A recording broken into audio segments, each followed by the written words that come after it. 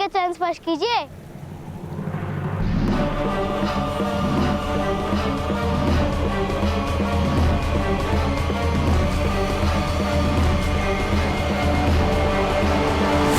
नहीं उत्तम, इसकी कोई आवश्यकता नहीं।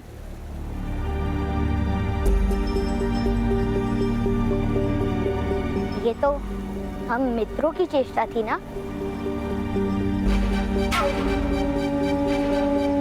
तो तुम इन सूतों को विद्रोह करना सिखा रहे हो? नहीं मध्यम महोदय, मैं तो केवल इनके सामर्थ्य को आत्मसम्मान का ज्ञान देता हूं। विरोध तो आपका अहंकार सिखाता है।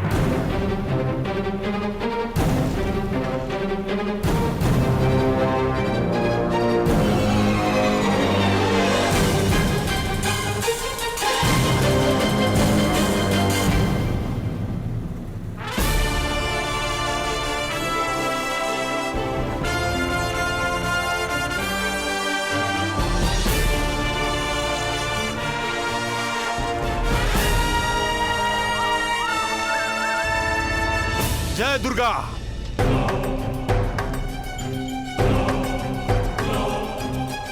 मध्यम महोदय, इस समय अधिरथ के पुत्र का न्याय करना ही होगा, अन्यथा सारे क्षत्रियों का सम्मान नष्ट हो जाएगा। किंतु महोदय।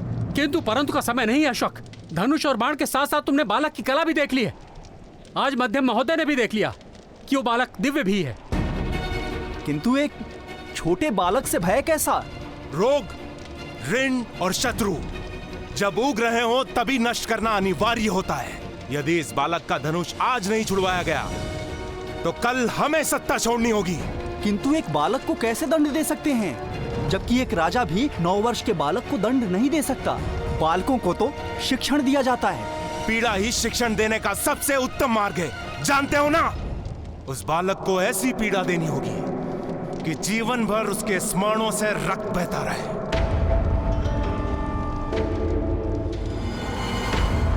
तुमने उसके ताऊ से दिव्य रथ प्राप्त किया था ना?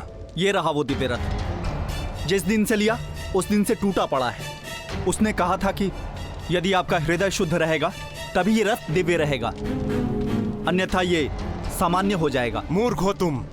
जिस तरह निम्न जाति में समर्थ नहीं होता, उसी तरह नीम की काठ से रथ नहीं बनता। चलो, तुम्हें ठगने के अपराध के लिए उसे बंदी बनाते हैं।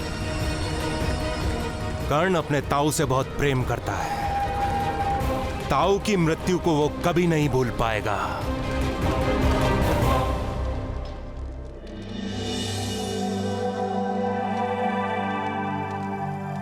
ताऊ, भ्राता का दिव्य कवच देख के माता भयभीत क्यों हो गई? दिव्य पुत्र शोन, नई और अनजान वस्तु के प्रति मनुष्य का पहला प्रतिभाव भय ही होता है। जो वस्तु मनुष्य समझ नहीं पाता, उससे या तो वो अंतर कर देता है या तो उसका नाश करने का प्रयत्न करता है। समझे? हाँ?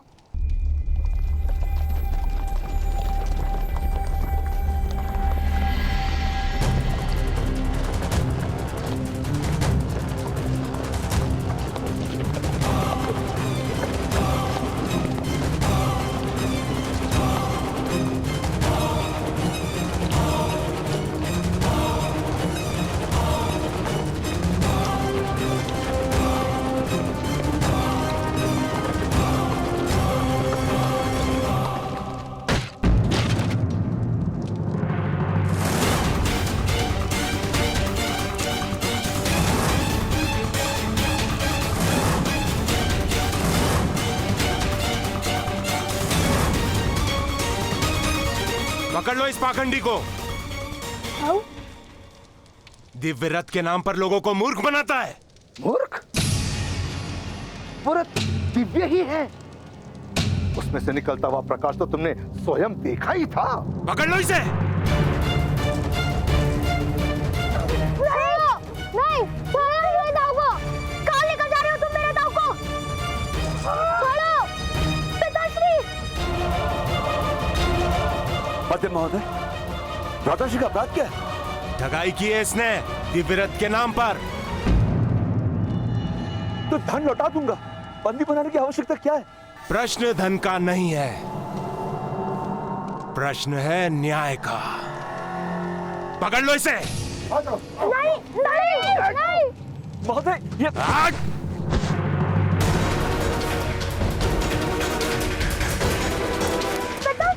महोदय, बात महोदय, अरे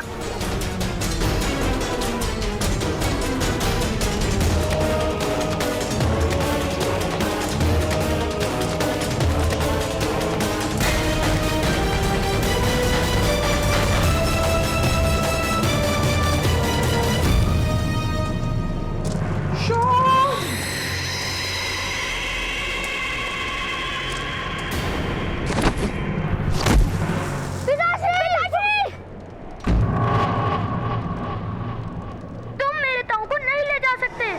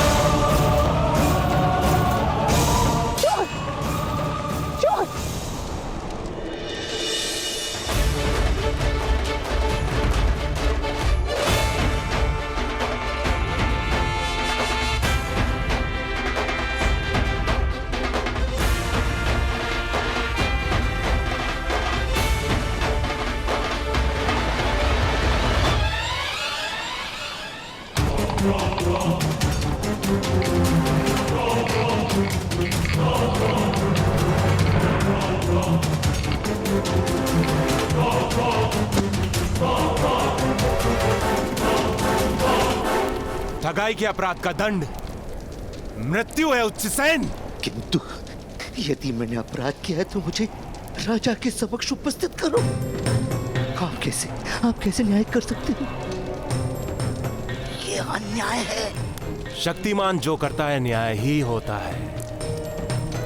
किंतु यदि तुम मुझे वचन दो कि कर्ण कभी जीवन में धनुष का स्पर्श नहीं करेगा, अपनी दिव्यता प्रकट नहीं करेगा, तो मैं तुम्हें जीवन दान दे सकता हूं।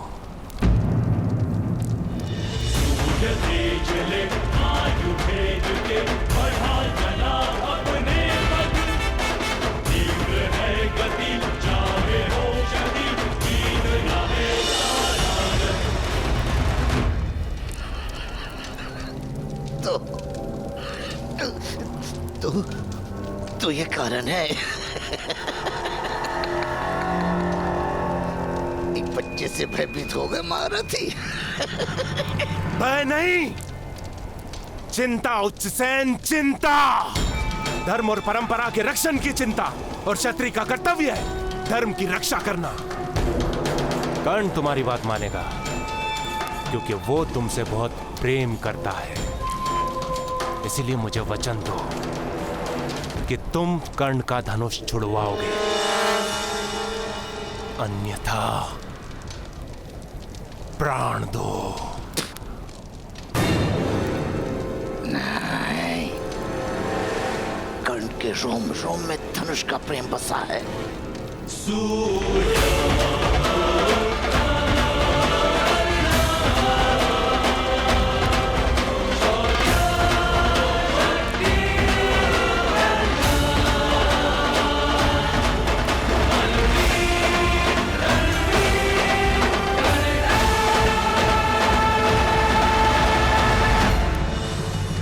उसके जीवन भर का सुख उससे नहीं जीत सकता।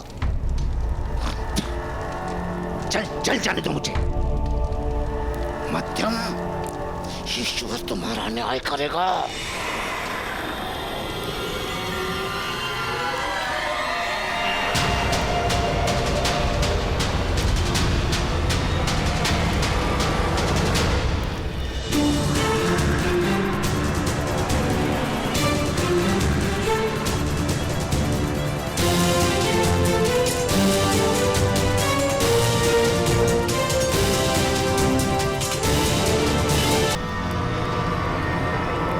अभी भी मैं तुम्हारे बंधन खोलकर तुम्हारे प्राणों की रक्षा कर सकता हूं। वचन दो उच्चसेन कि कर्ण का धनुष छुड़वा कर रहोगे। वचन दो उच्चसेन, वचन दो।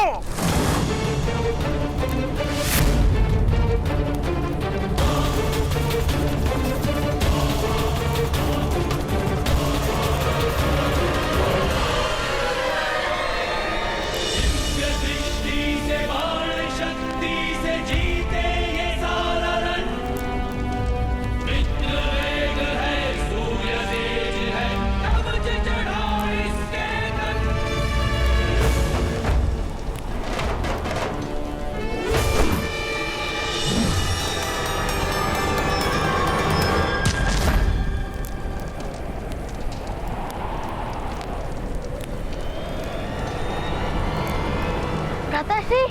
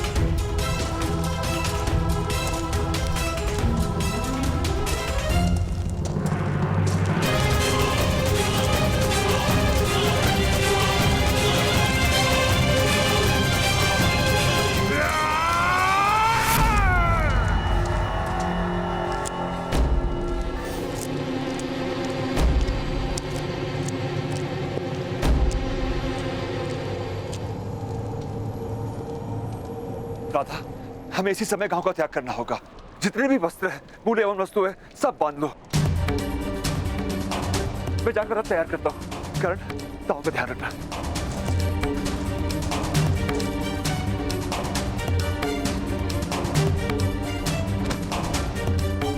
माता, छुपने की कोई आवश्यकता नहीं है। राधा का हम सबको पराजित कर सकते हैं।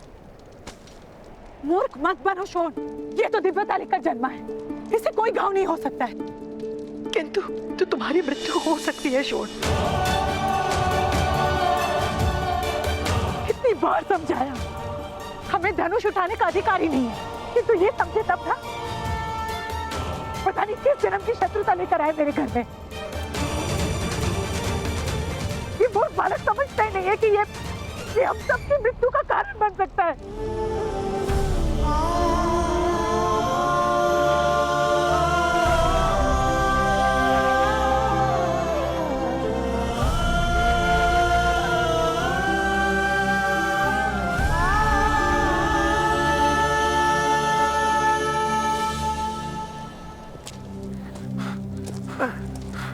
शीघ्र कीजिए।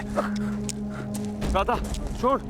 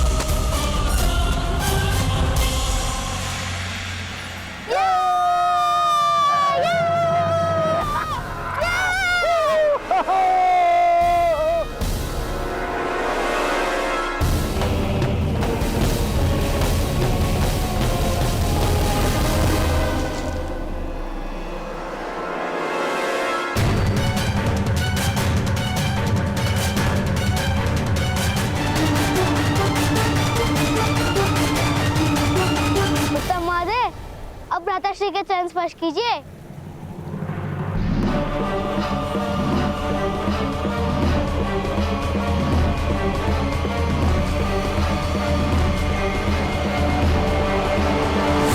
नहीं उत्तम, इसकी कोई आवश्यकता नहीं।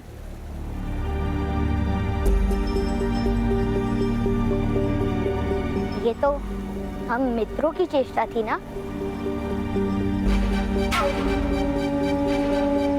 तो तुम इन सूतों को विद्रोह करना सिखा रहे हो? नहीं मध्य महोदय, मैं तो केवल इनके सामर्थ्य को आत्मसम्मान का ज्ञान देता हूं। विरोध तो आपका अहंकार सिखाता है।